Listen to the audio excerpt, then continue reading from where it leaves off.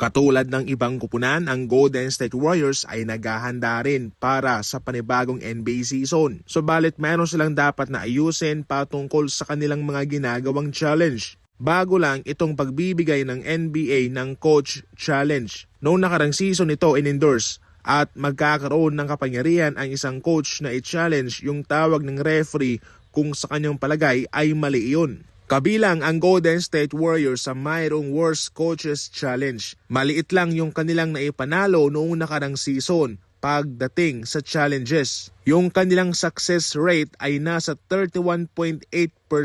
Yung pinaka-worst naman ay yung Pistons na mayroong 48% na success rate. Sa aking napansin sa mga challenge nitong si Coach Steve Kerr, karamihan doon ay kay Draymond Green. Si Draymond Green kasi yung nagde-demand minsan na dapat niyang i-challenge yung mga tawag ng mga referees sa kanya. So far, hindi nagtatagumpay si Coach Steve Kerr. Gayon pa man kung ano yung gusto ni Draymond Green ay kanyang ibinibigay. Kabilang kasi siya sa mga core o importanteng mga manlalaro sa kanilang kupunan. Kapag bigo ang isang NBA coach na may panalo yung kanyang challenge, mawawalan sila ng timeout. Malaking bagay yan para sa isang kupunan, especially kung dikitan yung laban sa mga huling minuto. Definitely maliit na bagay ito para sa Golden State Warriors. Ang kinakailangan nilang gawin ay iwasan na lamang yung mga challenge na sa palagay ni Coach Steve Kerr ay hindi naman talaga dapat i-challenge. Opisyal namang pinapirma mga boss ng Dallas Mavericks si Markieff Morris. Ito'y kanilang binigyan ng 1 taong kontrata upang bumalik sa kanila.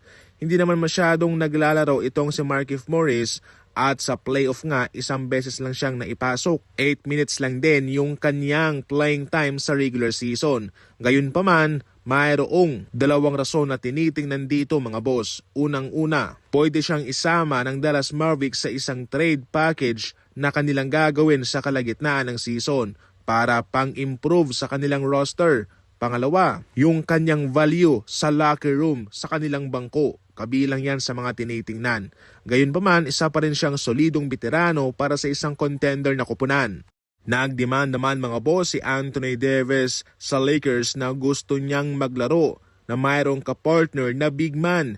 Nais niya pa rin maglaro sa kanyang posisyon na power forward. Hindi nga masyadong kalakasan yung kanilang backup na center o yung kanilang starting na big man. Si Christian Wood lang ito at siya'y sumailalim pa sa isang operasyon. Ngayon naiwan sa kanilang rotation sina Jackson Hayes at yung kanilang two-way player na si Colin Castleton. Silang dalawa lamang yung healthy center ngayon sa kanilang lineup. Kinakawawa kasi itong si Anthony Davis sa mga matchup katulad din na Nikola Jokic, Joel Embiid, Rudy Gobert.